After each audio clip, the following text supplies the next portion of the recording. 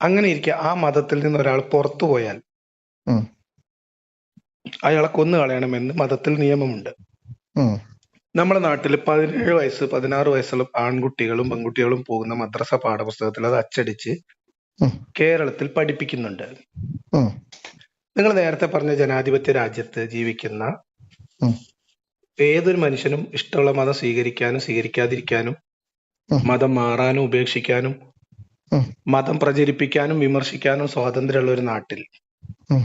ഈ ഒരു അധ്യാപനം ജനാധിപത്യത്തിന് യോജിച്ചതാണോ അല്ലേ? See, ഞാനൊരു കാര്യം പറയട്ടെ. അത് അല്ല, നിങ്ങൾ അതിനൊരു മറുപടി പറയൂ. എന്താണ് ചിരിച്ചു തള്ളാവുന്ന അതിപ്പോ ഒരു നമ്മളെ കാര്യമില്ല. ഞാൻ ഫണ്ടമെന്റൽ ഉൾപ്പെടെയുള്ള റൈറ്റ്സ്. ഒരു മിനിറ്റ്, ഞാൻ ഉൾപ്പെടെയുള്ള മനുഷ്യരെ ഇസ്ലാം മതത്തിൽ നിന്ന് വിശ്വാസം നഷ്ടപ്പെട്ട് അത് പ്രഖ്യാപിക്കുന്ന മനുഷ്യരെ കൊന്നുകളയണം എന്നൊരു അധ്യാപനം നമ്മുടെ നാട്ടിലുള്ള മദ്രസകളിൽ 16-17 വയസ്സുള്ള കുട്ടികളെ പഠിപ്പിക്കുമ്പോൾ അതിനെ കുറിച്ച് ഞാൻ നിങ്ങളോട് ചോദിക്കുമ്പോൾ നിങ്ങൾ എന്തിനാ ചിരിക്കുന്നത്? പക്ഷെ എനിക്ക് തോന്നിയ ഒരു കാര്യം എന്ന് വെച്ചാൽ, ഞാൻ അതുകൊണ്ട് മാത്രമാണ് ഞാൻ വിളിച്ചത്. എനിക്ക് തോന്നിയ ഒരു കാര്യം എന്ന് വെച്ചാൽ, ഇത്തരത്തിൽ നിങ്ങളുടെ വിമർശനങ്ങൾ ഒരു അതിര് കടക്കുന്നുണ്ടോ, അത് എരുതിയിലേക്ക് ഒരു എണ്ണയാവുന്നുണ്ടോ എന്നുള്ളൊരു തോന്നലിന്റെ ഈ അടിസ്ഥാനത്തിലാണ് ഇപ്പൊ ഞാൻ നിങ്ങളെ വിളിച്ചത്. എരിതിയിൽ ആ തീ എവിടെ നിന്ന് ഉണ്ടാവുന്നു എന്നുള്ളത് ആദ്യം നമുക്ക് പരിശോധിക്കാം. എന്നിട്ട് ആ തീ അണക്കാൻ നോക്കാം. ഈ എണ്ണ ഒരു ഭാഗത്ത് ഇരിക്കട്ടെ ഇപ്പൊ തൽക്കാലം. Hello hello, hello, Liaquat Ali sir അല്ലേ? അതെ, ലിയാഖത്ത് അലിയാണ്. ഓക്കെ, ഞാനേ ഇവിടെ പറവൂരുള്ള ആളാണേ. അപ്പൊ ഞാനൊരു കാര്യം ചോദിക്കാൻ വേണ്ടി വിളിച്ചാണ്. സാറ് ഈ മുസ്ലിം ഇങ്ങനെ കാര്യങ്ങളോടൊക്കെ ഭയങ്കര എതിർപ്പുണ്ടല്ലോ. അപ്പൊ എന്താണ് അതിനുള്ള ഒരു കാരണം എന്നറിയാൻ വേണ്ടിയിട്ട് വിളിച്ചാണ്. അയ്യോ, അതൊക്കെ ഞാൻ എല്ലാ വീഡിയോയിലും പറയാറുണ്ട്, എല്ലാവർക്കും അറിയാവുന്ന കാര്യമാണ്. ഞാൻ കുറച്ചൊക്കെ ഞാൻ കണ്ടിട്ടുണ്ട്. അപ്പോ ഞാൻ മനസ്സിലായിട്ടില്ലേ? അല്ല, ഞാൻ ചോദിച്ചത് സാർ ഒരു എനിക്ക് തോന്നുന്നു സാർ മുമ്പൊരു പള്ളിയിലെ ഉസ്താദ് അങ്ങനെ ഒരു ഇതായിരുന്നില്ലേ മുമ്പ്? ആയിരുന്നില്ല. ഈ പെട്ടെന്ന് അങ്ങനെ ഒരു ഇത് വന്ന് ഉള്ളൊരു നിങ്ങളെ വലിയതി എന്ന് പറയുന്ന ഒരു പ്രസന്റേഷൻ ഉണ്ട് എന്റെ യൂട്യൂബ് ചാനൽ തുറന്നാൽ ആദ്യം കാണുന്ന അതാണ്. അതിനകത്ത് വിശദമായിട്ട് എങ്ങനെയാണ് മതം വിട്ടത്, എന്തുകൊണ്ട് വിട്ടു എന്നൊക്കെ, എന്തുകൊണ്ട് വിമർശിക്കുന്നു. അല്ല, ഞാനിപ്പോ ഇത് ചോദിക്കാൻ കാരണം വേറെ ഒന്നും കൊണ്ടല്ല. ഇപ്പൊ നമ്മളുടെ നാട്ടിലൊരു സാഹചര്യം ഇപ്പൊ അറിയാലോ. ഇപ്പൊ പൊതുവെ നമ്മുടെ നാട്ടില് ഓൾറെഡി ഒരു കമ്മ്യൂണൽ ആയിട്ടുള്ള പ്രശ്നങ്ങള് ഭയങ്കരമായിട്ട് നിൽക്കുന്ന ഒരു സാഹചര്യമാണ്. ഇപ്പൊ വഖഫിന്റെ പ്രശ്നങ്ങളായിക്കോട്ടെ, മറ്റു കാര്യങ്ങളായിക്കോട്ടെ. ഇപ്പൊ ഒരിക്കല് നിങ്ങൾ പറഞ്ഞിട്ടുള്ളതാണെന്ന് എനിക്ക് തോന്നുന്നത്, ഒരു ഇസ്ലാമിലാണെന്നുണ്ടെങ്കിൽ ഒരു ലെവല് നമുക്കൊരു 5 ലെവൽ വരെ എടുക്കാം. അതിലൊരു 1 ലെവൽ ഉണ്ട്, 2 ലെവൽ ഉണ്ട്, 3 ലെവൽ ഉണ്ട്, 4 ഉണ്ട്, 5 ഉണ്ട്. അതിൽ ഒന്നാമത്തെ ലെവലിൽ എന്ന് പറയുന്ന ആൾക്കാര് സാധാരണ അവർക്ക് ഇസ്ലാമിനെ കുറിച്ച് കാര്യമായിട്ടൊന്നും ചിലപ്പോൾ അറിയില്ല. പക്ഷെ അവര് വളരെ നമ്മുടെ ഇന്ത്യൻ സൊസൈറ്റിയിൽ എങ്ങനെയാണോ ആസ് എ സിവിലിയൻ പേഴ്സൺ ജീവിക്കുന്നത് ആ ഒരു രീതിയിൽ ജീവിച്ചു പോകുന്നുണ്ട്. ഇതിന്റെ ഒരു 2 ലെവൽ എന്ന് പറഞ്ഞാൽ അവർ കുറച്ചുകൂടെ അന്ധമായി വിശ്വസിക്കുന്നു. അവരവരുടെ കലാചാരങ്ങളെ ഭയങ്കരമായിട്ട് കൂട്ടുപിടിക്കുന്നു. നിങ്ങളുടെ ക്ലാസിഫിക്കേഷൻ അല്ലേ? അല്ല, എനിക്ക് പലപ്പോഴും ശരിയാണ്, ഒരു പരിധിയുടെ ക്ലാസിഫിക്കേഷൻ ആണ്. അപ്പൊ ഞാൻ പറഞ്ഞു വന്നതല്ല, ഞാൻ വിളിച്ചത് വേറൊന്നുമല്ല. അപ്പൊ ഈ നിങ്ങളിങ്ങനെ വിമർശിക്കുമല്ലോ, ഇസ്ലാമിനെ വിമർശിക്കുമല്ലോ. ഇസ്ലാമിനെ വിമർശിക്കുമ്പോൾ സാധാരണ രീതിയിൽ ഇവിടെ വേറെ കുഴപ്പങ്ങളൊന്നും ഇല്ലാതെ വളരെ നമ്മുടെ ഈ സിവിലിയൻ സൊസൈറ്റിക്ക് അനുയോജ്യമായ രീതിയിൽ ജീവിച്ചു പോകുന്ന സാധാരണക്കാരായ ഇസ്ലാംസിനും അതൊരു വലിയൊരു വിഷമം ഉണ്ടാക്കും. നിങ്ങൾ ചിലപ്പോ വിമർശിക്കുന്നത് ആരെയായിരിക്കും? ഈ തീവ്രമായ ഇസ്ലാമിക ചിന്തയുള്ള മതത്തിന്റെ പൊതുവിലുള്ള ആശയത്തെയാണ് വിമർശിക്കുന്നത്, ആൾക്കാരല്ല.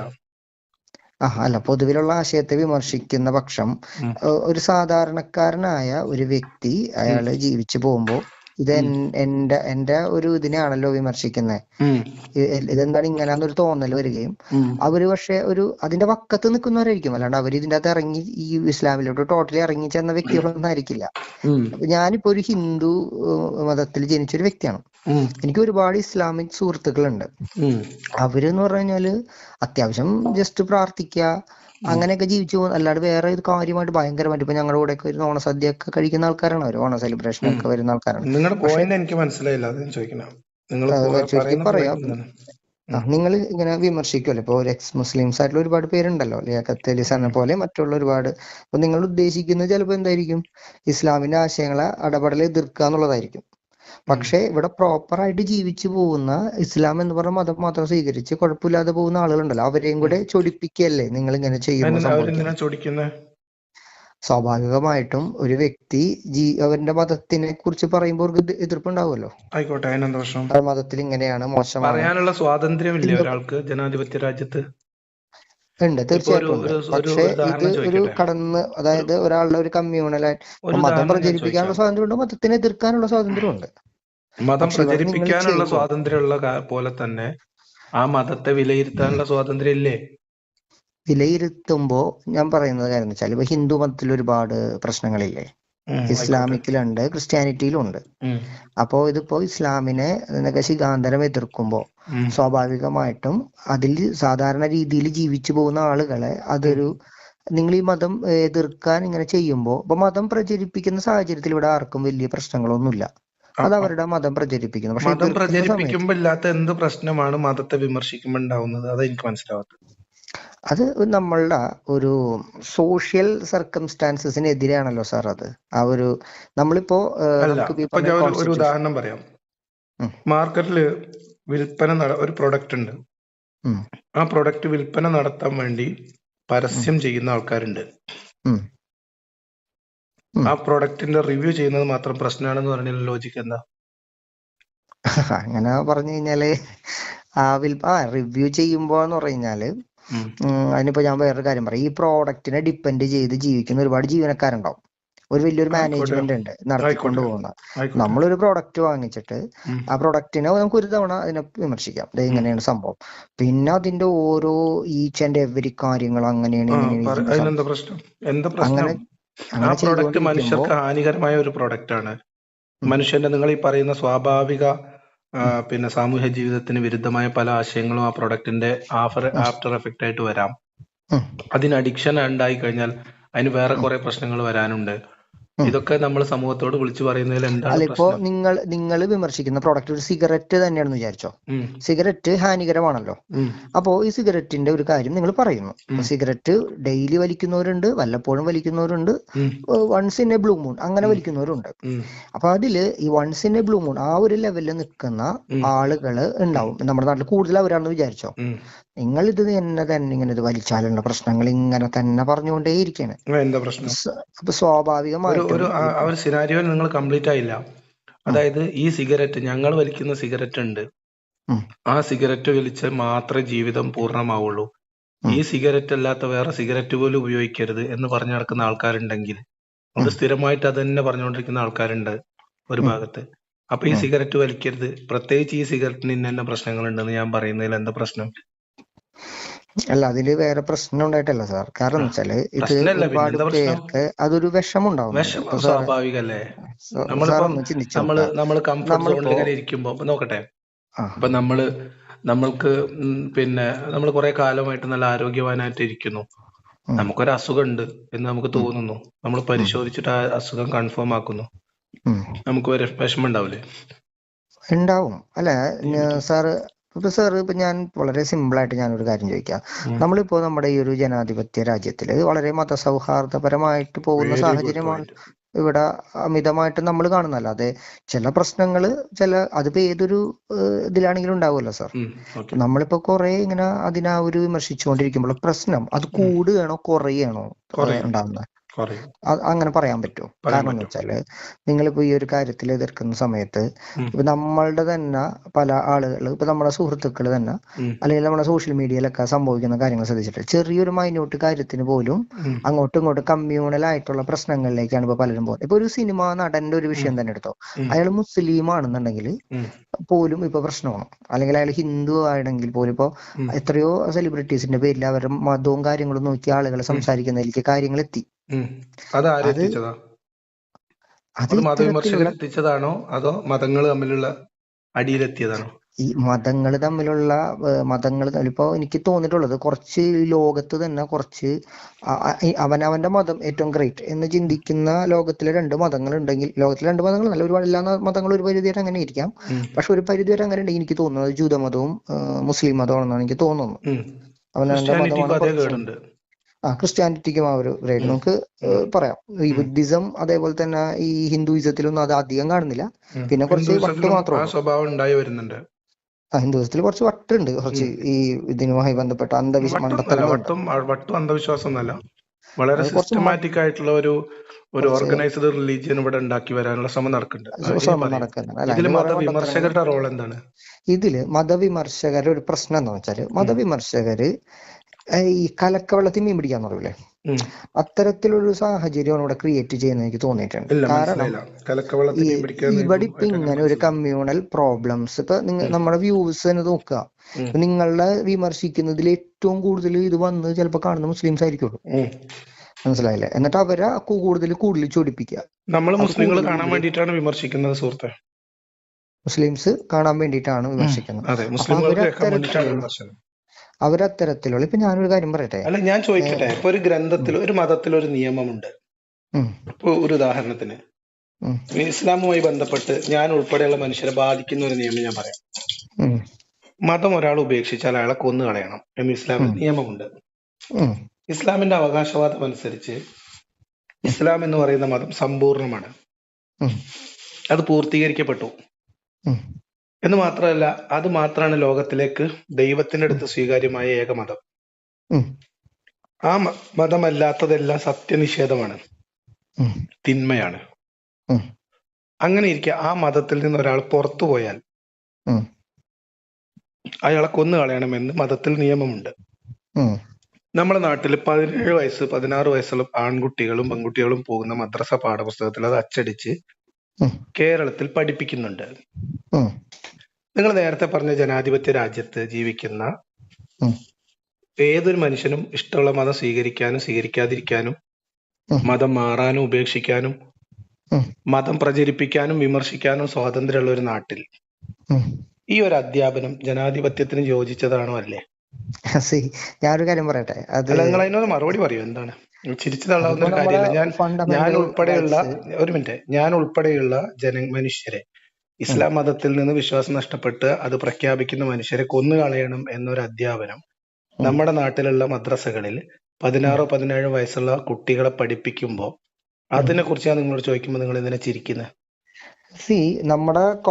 നമ്മുടെ ഫണ്ടമെന്റൽ റൈറ്റ്സ്, നമ്മുടെ ഫണ്ടമെന്റൽ റൈറ്റ്സിൽ റൈറ്റ്സ് ടു റിലീജിയസ്, എന്താ പറയാ, ഒരു സംഭവം നമുക്ക് ഉണ്ടല്ലോ. മതപരമായിട്ടുള്ള കാര്യങ്ങളിൽ വിശ്വസിക്കാനുള്ള അവകാശം. ഞാൻ ചോദിച്ചതല്ല. ഉം. ഈ ഞാനൊരു ഈ കാര്യം ഒരു കോൺസ്റ്റിറ്റ്യൂഷന് താഴെ ജീവിക്കുന്ന ഒരു സൊസൈറ്റിക്കകത്ത് ഒരു ഞാനൊരു വിഭാഗം, കാര്യം ഒരു തിരിച്ചു ചോദിച്ചാൽ മതവിഭാഗം, സാറിന് ഉത്തരം പറയാൻ പറ്റുമോ? ഞാൻ പറയും, ഞാൻ ഇത് പറയൂ, ഇത് നിങ്ങൾ മറുപടി പറയൂ. ഇത് ഞാൻ ഉൾപ്പെടെ പ്രതിനിധീകരിക്കുന്ന ഒരു വിഭാഗം മനുഷ്യർ അവർ കൊല്ലപ്പെടേണ്ടവരാണ് എന്ന് ഉം, ഉം. മദ്രസയിലെ വിശ്വാസികളായിട്ടുള്ള കുട്ടികളെ പഠിപ്പിക്കുന്നത് ജനാധിപത്യപരമാണോ അല്ലേ? ജ- ഒരു പരിധിവരെ ജനാധിപത്യപരമല്ല. ഏത് പരിധിവരെയാണ് ജനാധിപത്യപരമാവുന്നത്? ജനാധിപത്യപരമാവെന്ന് വെച്ചാല് അത്തരത്തിലുള്ള ടോപ്പിക്കുകൾ ഒഴിവാക്കുക, സിലബസിന്റെ ഭാഗമായിട്ട് കുറച്ച് അങ്ങനത്തെ കാര്യങ്ങൾ ഒഴിവാക്കുകയാണെങ്കിൽ ബെറ്റർ. കാരണം എല്ലാനും കുട്ടികളെ ഇനി പഠിപ്പിക്കേണ്ട നിൽക്കൂ, ആവശ്യമില്ല. ഈ മതം ഈ രീതിയിൽ കുട്ടികളെ പഠിപ്പിച്ചുകൊണ്ടിരിക്കുന്ന ആ വിഭാഗത്തെ പ്രതികരിക്കുന്ന ഒരു മനുഷ്യൻ ഉം, ഈ മതത്തിൽ കുട്ടികളെ പഠിപ്പിക്കുന്ന ഈ നിയമം ഉൾപ്പെടെ ഒരുപാട് മാനവിക വിരുദ്ധമായ ആശയങ്ങളുണ്ട്. ഉം, ഇത് കുട്ടികൾ പഠിക്കുന്നതും പ്രയോഗത്തിൽ വരുത്താൻ ശ്രമിക്കുന്നതും മാനവിക വിരുദ്ധമാണ്. ഉം. അതുകൊണ്ട് തന്നെ ഇസ്ലാം എന്ന് പറയുന്നത് ആധുനിക ലോകത്ത് മനുഷ്യർക്ക് സ്വീകരിക്കാവുന്ന ഒരു പ്രത്യയശാസ്ത്രമല്ല ഞാനൊരു എന്ന് കാര്യം പറയാനുള്ള സമർത്ഥിച്ചു. എന്റെ അവകാശത്തിനെ ഞാൻ- നിങ്ങൾ ഞാനൊരു എന്തുകൊണ്ടാണ് കാര്യം എതിർക്കുന്നത്? എനിക്ക് ഞാനൊരു മനസ്സിലായില്ല. കാര്യം ഞാനൊരു ഒറ്റ കാര്യം സാധിച്ചിട്ട് സാർ തിരിച്ചു പറഞ്ഞോ. ഉം, അതായത് അസുര ചക്രവർത്തിയായിട്ടുള്ള ഇന്ദ്രസേനൻ വ്യാപകമായിട്ട് ദാനങ്ങൾ നൽകുന്നത് കണ്ടപ്പോ ദേവന്മാരുടെ എക്സിസ്റ്റൻസിന് അത് ബാധിക്കും, പ്രശ്നമാകുമെന്ന് കണ്ടപ്പോ ഉം, ഏറ്റവും വലിയ ദൈവമായ ഉം, മഹാവിഷ്ണു വാമനാവതാരം എടുത്ത് അസുര ചക്രവർത്തിയായ ഇന്ദ്രസേനനെ, അതായത് മഹാബലിയെ പാതാളത്തിലോട്ട് ചവിട്ടി താഴ്ത്തിയത് പബ്ലിക്കായിട്ട് ടെലിവിഷനുകളിലും സീരിയലുകളിലും ഉം, ഒക്കെ കാണിച്ചു കൊടുത്ത് ഇവിടെയുള്ള ഒരു വലിയ ഒരു കമ്മ്യൂണിറ്റിയുടെ മൂല്യബോധത്തെ തിരിച്ചു പിടിക്കുന്ന, അല്ലെങ്കിൽ സ്വന്തം ഭാര്യ ഇനി ഞാൻ സ്വീകരിക്കുക എന്നുണ്ടെങ്കിൽ അഗ്നിശുദ്ധി വരുത്തിയിട്ട് സ്വന്തം ഭാര്യയെ ഞാൻ ഇങ്ങോട്ട് സ്വീകരിക്കുള്ളൂ എന്ന് ഗ്ലോറിഫൈ ചെയ്ത് ടെലിവിഷനിൽ കാണിച്ചിട്ട് ഉം. അത് ജനാധിപത്യപരമല്ലല്ലോ. അത് ഇവിടെ അത്രയും വ്യാപകമായിട്ട് പ്രചരിപ്പിക്കുമ്പോ ആരും അറിയാതെ 4 ചുമരുകളിൽ മനസ്സിലായില്ല. മതപഠനത്തിന്റെ ഭാഗമാണ്. മനസ്സിലായില്ല. അതായത് ഇപ്പൊ ഇവിടെ രാമായണം ഞാൻ എടുക്കട്ടെ. പറഞ്ഞുതരാം. രാമായണം, മഹാഭാരതം തുടങ്ങിയിട്ടുള്ള പുരാണ അല്ലെങ്കിൽ ഇതിഹാസ കഥകൾ സീരിയൽ പോലെയോ അല്ലെങ്കിൽ സിനിമ പോലെയോ പ്രദർശിപ്പിക്കുന്നതിനോടാണോ മദ്രസയിൽ മതനിയമമായി മതം ഉപേക്ഷിക്കുന്ന ഒരാളെ കൊന്നുകളയണം എന്ന നിയമമുണ്ട് എന്നും അവർ കൊല്ലപ്പെടേണ്ടവരാണ് എന്നും വളർന്നു വരുന്ന ഒരു തലമുറയെ പഠിപ്പിക്കുന്നത്? രണ്ടും കഥകളായിട്ട് എടുത്തു കഴിഞ്ഞാൽ കുഴപ്പമില്ലല്ലോ സാർ. ആരാണ് എടുക്കുന്നത്? ജനങ്ങള്, നമ്മളെ പോലുള്ള ചെറിയ ജനങ്ങള്. കുട്ടികളെ ഇസ്ലാം മതം നിങ്ങള് ഈ ഒരു ഹിന്ദു സമൂഹത്തിനകത്ത് ഒരു ഹിന്ദു വേദ പഠനത്തിന്റെ ഭാഗമായിട്ട് ഈ നന്മ ചെയ്യുന്ന അസുര വിഭാഗത്തിൽപ്പെടുന്ന മനുഷ്യരൊക്കെ കൊല്ലണം എന്ന് പഠിപ്പിക്കുന്നത് നിങ്ങൾ ശ്രദ്ധയിൽപ്പെട്ടിട്ടുണ്ടോ? ഇല്ല. എങ്ങനെയാണ് നിങ്ങൾ ഇത് കമ്പയർ ചെയ്ത്? എനിക്ക് മനസ്സിലായില്ല. ഞാൻ കമ്പയർ ചെയ്തെന്ന് വെച്ചാല് ഇപ്പൊ നിങ്ങൾ ഈ പറയുന്ന മതം വിടുന്നവനെ കൊല്ലണം എന്ന് പറഞ്ഞ് നിങ്ങൾ പറഞ്ഞിടത്തോളം എനിക്ക് മനസ്സിലാക്കാൻ സാധിച്ചു. ഒരു 16 വയസ്സുള്ള കുട്ടികളെ, ഇത്തിരി പക്വതയേറുന്ന കുട്ടികളായിരിക്കും ചിലപ്പോൾ അത് പഠിപ്പിക്കാന്ന് എനിക്ക് തോന്നുന്നു മദ്രസകളില്. അതേപോലെ തന്നെ നമ്മുടെ നാട്ടില് TV സീരിയലുകളിലും മറ്റു സിനിമകളിലും മറ്റ് വിഷ്വൽ മീഡിയാസും വഴി നമ്മുടെ ഹൈന്ദവ പുരാണങ്ങളെ ഈ രാമനൊക്കെ സീതനെ ഉപേക്ഷിച്ചതും കാട്ടിക്കൊണ്ടുവന്നിട്ടതൊക്കെ വളരെ പുരാണം, ഇതിഹാസവും കഥകൾ സിനിമാ രൂപത്തിലോ സീരിയൽ രൂപത്തിലോ ആക്കിയിട്ട് വിനോദോപാധിയായി ഇവിടെ പ്രചരിപ്പിക്കുന്നതിനെ മതനിയമം, എല്ലാ മനുഷ്യർക്കും ബാധകമാകുന്ന മതനിയമം എന്ന രീതിയിൽ ഈ ലോകത്തേക്ക് എല്ലാ കാലത്തേക്കുമുള്ള ഏറ്റവും ഉത്തമമായ ജീവിത പദ്ധതി രാഷ്ട്രീയ നിയമം എന്ന രീതിയിൽ പഠിപ്പിക്കുന്ന മതത്തിന്റെ ഭാഗമായി ദൈവത്തിന്റെ കൽപ്പനയായി പഠിപ്പിക്കപ്പെടുന്നതിനെ നിങ്ങൾ ബാലരമയിലും ബാലമംഗളത്തിലും വരുന്ന രാമായണം മഹാഭാരത കഥയായിട്ടാണോ ഉപമിക്കുന്നത്? പറഞ്ഞുതരാം. ബാബറി മസ്ജിദ് തല്ലി തകർത്ത് അവിടെ രാമക്ഷേത്രം വെച്ചത് ആളുകൾക്ക്, ജനങ്ങൾക്ക് അത്ര വലിയൊരു വികാരം തോന്നിയത് അവര് മഹാഭാരതവും രാമായണവും വേദങ്ങളും ഉപനിഷത്തും പഠിച്ചിട്ടൊന്നുമല്ല, മറിച്ച് ഇതേപോലെയുള്ള സീരിയലുകളും സിനിമയൊക്കെ കണ്ടിട്ടാണ് രാമന്റെ ഫാൻസ് ആയിട്ടുള്ളത്. അങ്ങനെയാണ്. അപ്പൊ അതുകൊണ്ട് ഹിന്ദു പുരാണങ്ങളെ വിമർശിക്കാൻ പാടില്ലേ? വിമർശിക്കാം, തീർച്ചയായും വിമർശിക്കാം. പക്ഷെ ഇതിവിടെ തുറന്ന് കാണിക്കുമ്പോൾ അത് ജനാധിപത്യമാണെന്നും ഈ മദ്രസകളിൽ ഇത് പഠിപ്പിക്കുമ്പോൾ അത് ജനാധിപത്യ വിരുദ്ധമാണെന്നും പറയുന്നതിൽ ഒരു ജനാധിപത്യപരമാണെന്ന് ആരോടാ പറഞ്ഞേ? അല്ല, അത് ജനാധിപത്യപരമാണെന്ന് താങ്കൾ പറഞ്ഞിട്ടില്ല. പക്ഷെ പൊതുവെ അത്തരം കാര്യങ്ങള് മതപ്രചാരണത്തിന്റെ അത്തരമൊക്കെ വിടൂ. ഞാൻ വളരെ സ്പെസിഫിക് ആണ് നിങ്ങളോട് ചോദിക്കുന്നത്, മനസ്സിലായോ? നിങ്ങൾ എന്നോട് ചോദിച്ചത് ഞാൻ മതവിമർശനം നടത്തുന്നതിന്റെ റീസൺ ആണ്, വളരെ ക്ലിയർ ആണ്. ഇസ്ലാം എന്ന് പറയുന്ന ഒരു പ്രത്യയശാസ്ത്രം എന്നെ പോലെ ആ മതത്തിൽ എന്റെ നിർബന്ധ ബുദ്ധിയിൽ ഞാൻ പോയി ചേർന്ന ഒരു മതമൊന്നും അല്ലല്ലോ അത്. അല്ലല്ലോ.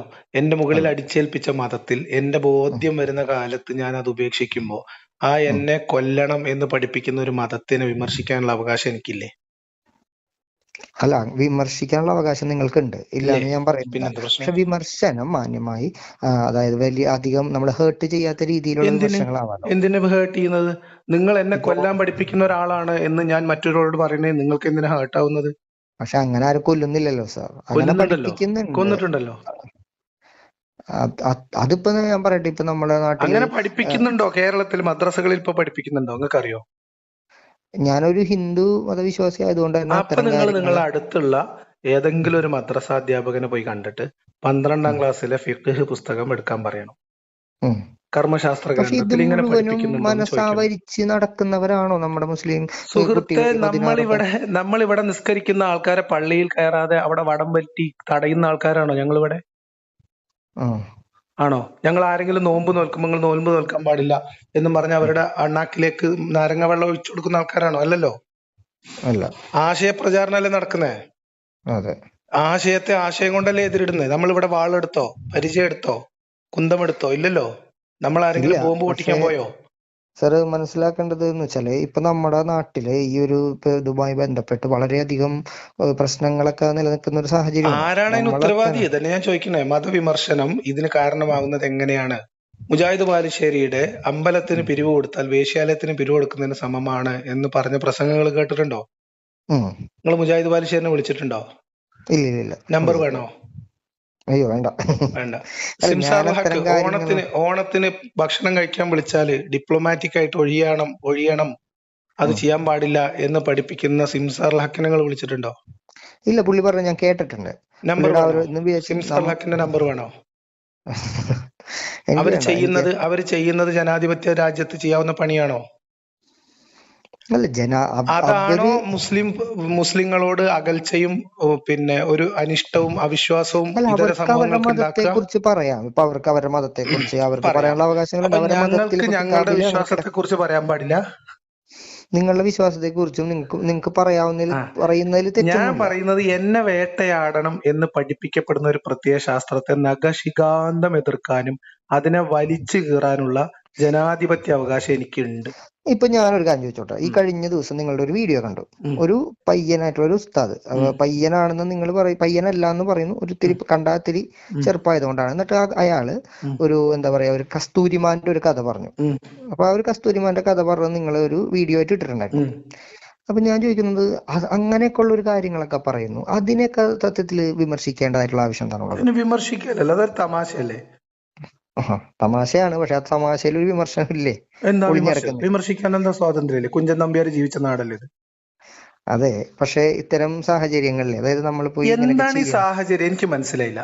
ഒരാള് ഇസ്ലാം മതം ഉപേക്ഷിച്ച ഒരാള്, ആ മതത്തിന്റെ പ്രശ്നങ്ങൾ അറിയാവുന്ന അനുഭവിച്ചുകൊണ്ടിരിക്കുന്ന ഒരാള്, ആ മതത്തിൽ ഇന്നും ആ പ്രശ്നം അനുഭവിച്ച് ജീവിക്കുന്ന മനുഷ്യരോട് നിങ്ങൾ എന്തോ മഹത്തരമാണ് എന്ന് പുൽകി വെച്ചിരിക്കുന്ന ഈ മതത്തിൽ ഇന്ന പ്രശ്നങ്ങളുണ്ട് എന്ന് ഞാൻ പറയുന്നതിൽ എന്ത് സാമൂഹ്യ പ്രശ്നമുള്ളത് നിങ്ങളോട് പറഞ്ഞു? അല്ല, ഞാൻ എന്നെ സംബന്ധിച്ചിടത്തോളം ലോകത്തിൽ ഇപ്പൊ ഒരു മതവും അത്ര വലിയ പ്രോഗ്രസീവ് ആണെന്ന് എനിക്ക് തോന്നിയിട്ടില്ല. ഹിന്ദു മതം ആയിക്കോട്ടെ, ഇസ്ലാം മതം ആയിക്കോട്ടെ, അതൊന്നും തന്നെ പ്രോഗ്രസീവ് അല്ല. നമ്മൾ മനുഷ്യന്മാരായിട്ട് ജീവിക്കുക എന്നുള്ളത് തന്നെയാണുള്ള ഒരു കാര്യം.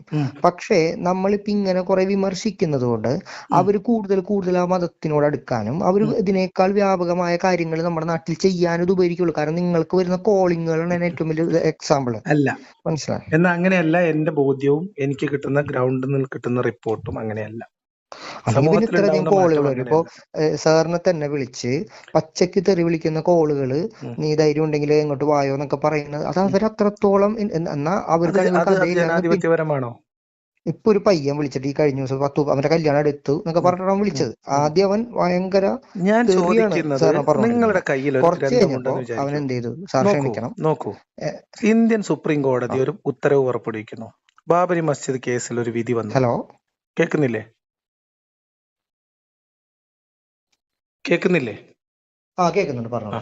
ബാബരി മസ്ജിദ് വിഷയത്തിൽ സുപ്രീം കോടതി പുറപ്പെടുവിച്ച ഉത്തരവിനെ വിമർശിക്കാൻ ഇന്ത്യയിൽ ജീവിക്കുന്ന ഒരു പൗരന് അവകാശമല്ലേ? തീർച്ചയായിട്ടും ഉണ്ട്. ഇല്ലേ? ആ രാജ്യത്താണ് നമ്മൾ ജീവിക്കുന്നത്. ആ രാജ്യത്ത് ജീവിക്കുന്ന ഒരു മനുഷ്യൻ, ആ മനുഷ്യനെ പഠിപ്പിക്കപ്പെട്ട, ആ മനുഷ്യന്റെ മേൽ അടിച്ചേൽപ്പിച്ച ഒരു പ്രത്യയശാസ്ത്രത്തിന് പുറത്ത് കടന്നിട്ട് ആ പ്രത്യയശാസ്ത്രത്തിനകത്തുള്ള മനുഷ്യത്വ വിരുദ്ധമായ, സ്ത്രീ വിരുദ്ധമായ, ജനാധിപത്യ വിരുദ്ധമായ ആശയങ്ങൾ പൊതുജനങ്ങളോട് വിളിച്ചു പറയുന്നത്, അതിനെ വിമർശിക്കുന്നതിൽ എന്താണ് പ്രശ്നം? അതിലുള്ളൊരു പ്രശ്നം എന്താന്ന് വെച്ചാല്, ഈ പല ആളുകളെ സംബന്ധിച്ചിടത്തോളം അവരുടെ മതം, ആളുകളെ നിങ്ങൾ വിടൂ, അതിൽ ജനാധിപത്യപരമായിട്ട് എന്തെങ്കിലും പ്രശ്നമുണ്ടോ? നമ്മുടെ രാജ്യത്തിന്റെ നിയമം അനുസരിച്ച് പ്രശ്നമുണ്ടോ? ജനാധിപത്യപരമായിട്ട് അതിൽ വലിയ പ്രശ്നങ്ങളില്ല. മതം പ്രചരിപ്പിക്കാനും മതം എതിർക്കാനുള്ള സ്വാതന്ത്ര്യമുണ്ട്. പിന്നെ അത് കഴിഞ്ഞില്ലേ? അതല്ല സാർ, പിന്നെ എന്നെ സംബന്ധിച്ച് എനിക്ക് കുറച്ചുകൂടി റൈറ്റ് ഉണ്ട്. പിന്നെ നിങ്ങൾ പറയുന്ന ആശയം, ഇവിടെ ഇപ്പൊ മുസ്ലിം ഹിന്ദു പ്രശ്നമുണ്ട്, ഇവിടെ ഒരു ഹൈന്ദവ എന്താ പറയാ, ഹിന്ദുത്വ രാഷ്ട്രീയത്തിന്റെ സ്വാധീനമുണ്ട്, അതുകൊണ്ട് മുസ്ലിങ്ങൾ പ്രശ്നത്തിലാണ്. ഇതാണോ നിങ്ങളെ പോയിന്റ്? അതാണ് ഒരു പരിധി വരെ എനിക്ക് തോന്നിയിട്ടുള്ളത്. ആ പോയിന്റിനും കൂടി മറുപടി പറഞ്ഞുതരാം. നോക്കൂ, ഒരു എന്താ പറയാ, ഒരു മനുഷ്യൻ ഒരു കൂട്ടം മനുഷ്യര് വേറൊരു കൂട്ടം മനുഷ്യരെ ഇട്ട് ഓടിക്കുന്നു. അടിക്കാനും കൊല്ലാനും ഒക്കെയാണ് ഓടിക്കുന്നത്. അതിന്റെ പുറകിൽ അതിനേക്കാളും വലിയൊരു കൂട്ടം മനുഷ്യർ ഈ നടുക്കിലുള്ള കൂട്ടത്തെ ആക്രമിക്കാനും ഇല്ലാതാക്കാനും ഓടിക്കുന്നു. മുന്നിലുള്ള രണ്ട് വിഭാഗവും ജീവിക്കാനും ജീവനും കൊണ്ട് ഓടുകയാണെന്ന് വിചാരിച്ചോ, സങ്കല്പിച്ചോ. അപ്പോ ബാക്കിൽ ഓടുന്ന ഈ മതത്തിലെ ഈ ഓടുന്ന ആൾക്കാരില്ലല്ലോ, അതില് ഈ അക്രമത്തിനൊന്നും പോകണ്ട എന്ന് താല്പര്യമുള്ള ആൾക്കാർ നേരെ കറങ്ങി ഞങ്ങൾ ഏറ്റവും മുന്നിൽ ഓടുന്ന ഈ ചെറിയ വിഭാഗം മനുഷ്യരോട് പറയാണ്, നിങ്ങൾ ഇങ്ങനെ ഓടണ വല്ല കാര്യമുണ്ടോ? കണ്ടോ, നിങ്ങളെ പുറകിൽ നിങ്ങളെ കൊല്ലാൻ വരുന്ന ആൾക്കാരെ അവരെ ആക്രമിക്കാൻ വേണ്ടി അവരുടെ പിന്നിൽ അതിനേക്കാളും വലിയ സൈന്യം ഓടി വരികയാണ്. അതുകൊണ്ട് നിങ്ങൾ ഇപ്പൊ ഈ ഓടുന്നത് ശരിയല്ല എന്ന് പറയുന്നതിന്റെ ലോജിക്ക് എന്താ? അതിലൊരു ലോജിക്കില്ല. കാരണം ഈ നടക്കുള്ള ആൾക്കാർ ഇവരെ തീർച്ചയായിട്ടും കൊല്ലും. Simple as that. ഞങ്ങൾ ഇവിടെ മതം വിട്ട ആളുകൾ മതത്തിനെതിരെ സംസാരിക്കുന്നത് ഞങ്ങൾ അനുഭവിക്കുന്ന നീതി നിഷേധത്തിനെതിരാണ്. ആ നീതി നിഷേധത്തിന്റെ ഉറവിടം മതപ്രത്യയശാസ്ത്രമാണ്, മതത്തിന്റെ അധ്യാപനമാണ്, മതത്തിന്റെ ഗ്രന്ഥമാണ് എന്നുള്ളത് കൊണ്ടാണ്. അത് പ്രാക്ടീസ് ചെയ്യുന്ന അല്ലെങ്കിൽ അത് പ്രാവർത്തികവൽക്കരിക്കാൻ ബാധ്യതപ്പെട്ട മനുഷ്യരാണ് ഇവിടുത്തെ മുസ്ലിം സമൂഹം. ആ മുസ്ലിം സമൂഹത്തോട്, അതിലെല്ലാവരും അങ്ങനെ ചെയ്യുന്നവരാണെന്നല്ല പറയുന്നത്, ആ മുസ്ലിം സമൂഹത്തിലുള്ള ആളുകളോട് ഇങ്ങനെ ഒരു പ്രശ്നം ഇതിനകത്തുണ്ട്, ഇത് നിങ്ങൾ തിരുത്തേണ്ടതാണ്, ഇതൊരു ജനാധിപത്യ സമൂഹത്തിന് ചേർന്നതല്ല, ഉം. എന്ന് പറയുന്നതിൽ അതുകൊണ്ട് ബാക്കിയുള്ളവർ ബാക്കിൽ ഓടുന്നവർ ഇവരെ ആക്രമിക്കുന്നതിനെ നിങ്ങളും കൂടി എതിർക്കണം എന്ന് പറയുന്ന ലോജിക്ക് നിങ്ങൾക്ക് മനസ്സിലായില്ല. അല്ല, എനിക്ക് ഈ ഒരു വിഷയത്തില് എനിക്ക് സിമ്പിളായിട്ട് തോന്നിയിട്ടുള്ള ഒരു കാര്യം, നമുക്ക് മതം പ്രചരിപ്പിക്കാനും അതേപോലെ തന്നെ നമുക്ക് മതത്തെ എതിർക്കാനുള്ള സ്വാതന്ത്ര്യവുമുണ്ട്. തീർച്ചയായിട്ടും ഉണ്ട്. പക്ഷേ നമ്മളുടെ ആ ഒരു സർക്കംസ്റ്റാൻസസ് നമ്മൾ പരിശോധിക്കണം. ഈ സർക്കംസ്റ്റാൻസ് ആണ് ഞാൻ നിങ്ങളോട് പറഞ്ഞ സുഹൃത്തെ. ആ സിനാരിയോയിൽ ഇത് എന്ത് ലോജിക്കാണ്? മുന്നിൽ ഓടുന്ന ചെറിയ കൂട്ടം, അവരുടെ പുറകെ കൂടുന്ന രണ്ടാമത്തെ കൂട്ടം, ആ രണ്ടാമത്തെ കൂട്ടത്തെ ആക്രമിക്കാൻ സാധ്യതയുണ്ട് എന്ന അഭ്യൂഹം, ഉം. ഈ അഭ്യൂഹത്തിന് വേണ്ടി നിങ്ങൾ ആക്രമിച്ചോളിയും കുഴപ്പമില്ല, ഞങ്ങൾ നിങ്ങളെ സപ്പോർട്ട് ചെയ്യാം എന്ന് പറയണോ? വേണ്ട. അല്ലെങ്കിൽ അവർക്ക് വേണ്ടി നമ്മൾ അനുഭവിക്കുന്ന നീതി നിഷേധത്തെ കുറിച്ച് നമ്മൾ മിണ്ടാതിരിക്കണോ? എന്താണ് ലോജിക്ക്? എന്താ? അല്ല, അതിലിപ്പോ എനിക്ക് പ്രത്യേകിച്ച് ഒന്നും പറയാനില്ല. അത്രേ കാര്യം ഉള്ളൂ. അല്ല, അപ്പോ അത് അത്ര ഞാനിപ്പോ ലളിതമാണ്. അതുകൊണ്ട് രണ്ട് കാര്യങ്ങൾ മനസ്സിലാക്കുക. ഒന്ന്, കേരളത്തിൽ ഇസ്ലാം മതം മലയാളത്തിൽ വിമർശിക്കുന്നത് കൊണ്ടല്ല ഉം, പാൻ ഇന്ത്യ തരത്തിൽ ഉം, ഹിന്ദുത്വ തീവ്രവാദം അല്ലെങ്കിൽ ഹിന്ദുത്വ ഭീകരത വളരുന്നത്. ഉം, ഓക്കെ, ഉം, പാൻ ഇന്ത്യ തരത്തിലല്ല, ലോകവ്യാപകമായി ഇസ്ലാം അധീശത്വം നേടാൻ വേണ്ടിയിട്ട് പരിശ്രമിച്ചുകൊണ്ടിരിക്കുകയും ഇതര വിഭാഗങ്ങളെ ആശയപരമായും കായികമായും നേരിടുന്ന പലതരം സംഘങ്ങൾ സജീവമായി പ്രവർത്തിക്കുന്നത് കൊണ്ടാണ് അതിനെ പ്രതിരോധിക്കാൻ വേണ്ടി മറ്റു സമൂഹങ്ങൾ പലപ്പോഴും രൂപപ്പെടുന്നത്. ഉം. മനസ്സിലായോ? ഇനി നമ്മുടെ നാട്ടിലെ പ്രശ്നം എടുത്താൽ, കേരളത്തിൽ നിന്ന് മതപ്രചാരണവും പ്രതിരോധം ചെയ്യുന്ന ആൾക്കാരെ കുറിച്ച് നിങ്ങൾ എടുത്താല്, എന്റെ വീഡിയോ പ്രചരിപ്പിച്ചിട്ടല്ല ഇവിടെ ഒരു ഹിന്ദു സംഖ്യയാവാൻ പോകുന്നത്. പക്ഷെ മുജാഹിദ് ബാലുശ്ശേരിന്റെയോ സിംസാർ ഹക്കിന്റെയോ 4 പ്രസംഗം കേട്ടാൽ ഏത് മൃദു ഹിന്ദുവിനും ഒരു സംഖ്യയാവാൻ തോന്നും. അല്ല, അങ്ങനെ പറയാൻ പറ്റുമോ? നിങ്ങളുടെ തന്നെ ഇത് കാര്യങ്ങൾ കേട്ടിട്ട് ഇത് ശരിയാണല്ലോ, ഇവര് ചെയ്യുന്നത് തെറ്റാണല്ലോ എന്ന് ചിന്തിക്കുന്ന എത്ര പേരുണ്ടാവും? നിങ്ങൾക്ക് ഒരു ഉദാഹരണം പറയൂ. ഞാൻ പറഞ്ഞ ഒരു പോയിന്റ് പറയൂ, ഒരു വാദം പറയൂ. ഇപ്പൊ നിങ്ങള് ഇസ്ലാമിനെ ഭയങ്കരമായിട്ട് വിമർശിക്കുന്നു. അപ്പോ സ്വാഭാവികമായിട്ട് ഇസ്ലാം മതത്തിനോട് ദേഷ്യം തോന്നുന്ന ഒരു ഹിന്ദു, അവൻ ചിലപ്പോൾ അവനൊരു എന്താ പറയാ, ഇസ്ലാമിനെ കുറിച്ചൊക്കെ അവൻ ഇങ്ങനെ മനസ്സിലാക്കി, അല്ലെങ്കിൽ അവിടുത്തെ ആളുകൾ അവനോട് പെരുമാറിയതൊക്കെ ഒരു ഇതായിട്ടൊക്കെ അവൻ നിൽക്കുകയെന്ന് വിചാരിച്ചോ? നിങ്ങൾ അങ്ങനത്തെ രണ്ടാളെ എന്റെ മുന്നിൽ ഒന്ന് കൊണ്ടുവന്നാൽ മതി.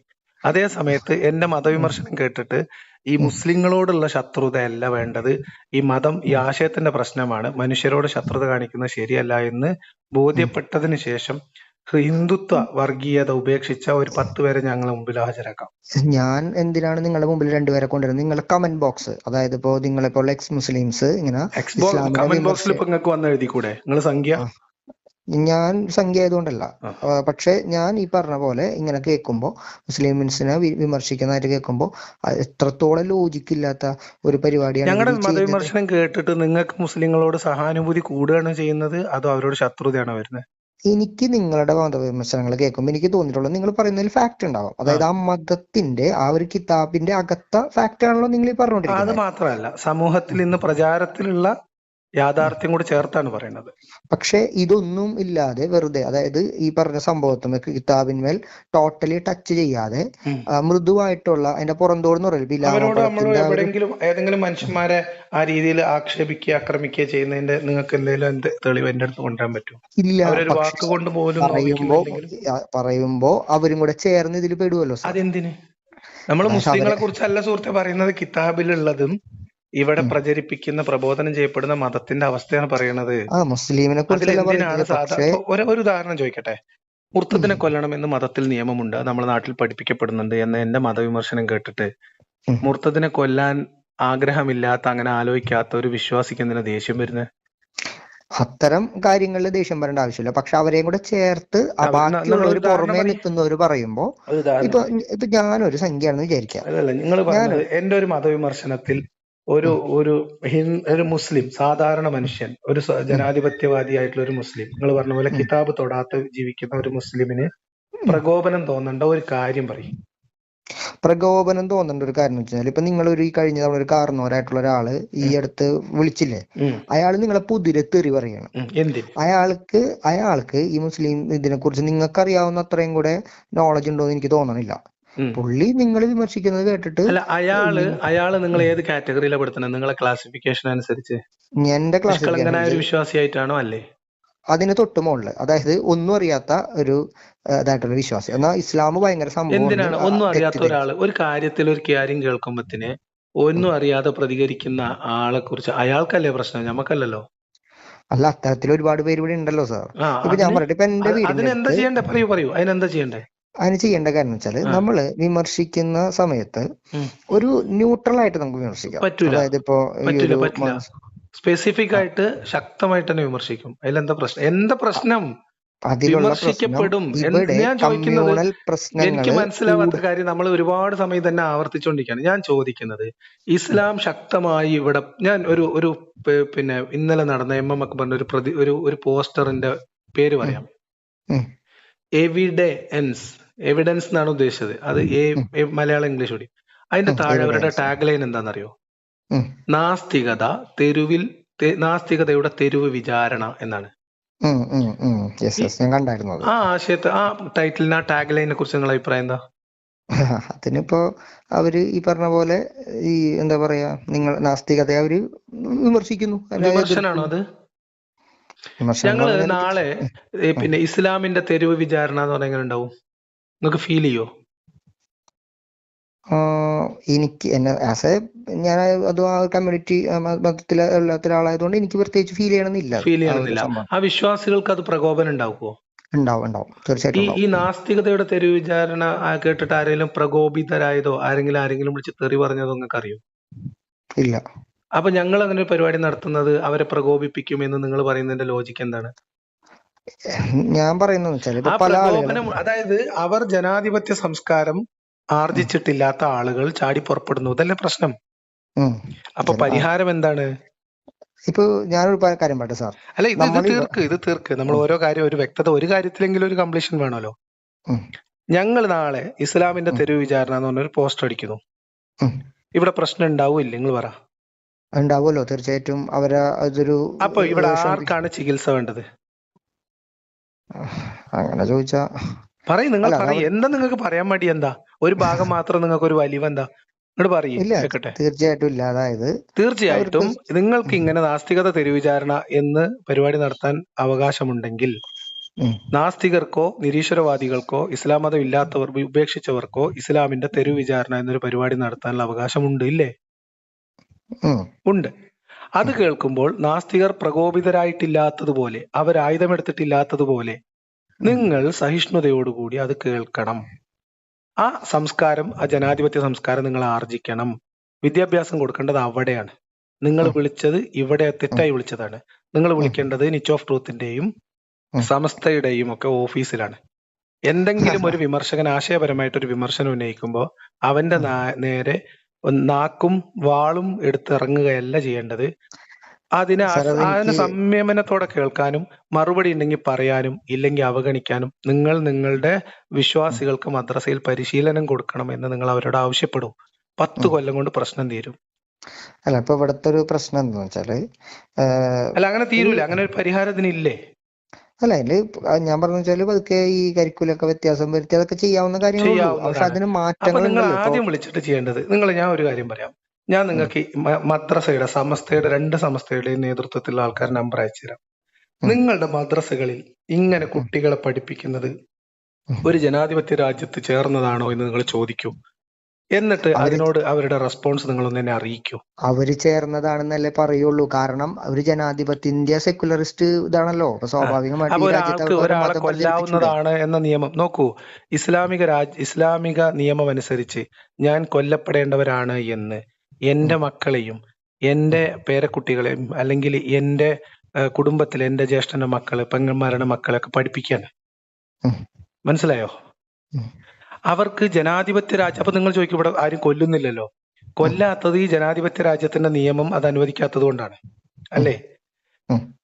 നിങ്ങൾ കൊല്ലണമെന്ന് ആഗ്രഹിക്കുന്ന ഒരാൾ, അയാൾക്ക് ജീവിക്കാൻ അവകാശമുള്ള ഒരിടത്തിൽ നിങ്ങൾ രണ്ടുപേരും ഒരുമിച്ച് ജീവിക്കേണ്ടി വരുമ്പോ ആ മനുഷ്യനോടുള്ള നിങ്ങളുടെ മനോഭാവം എന്തായിരിക്കും?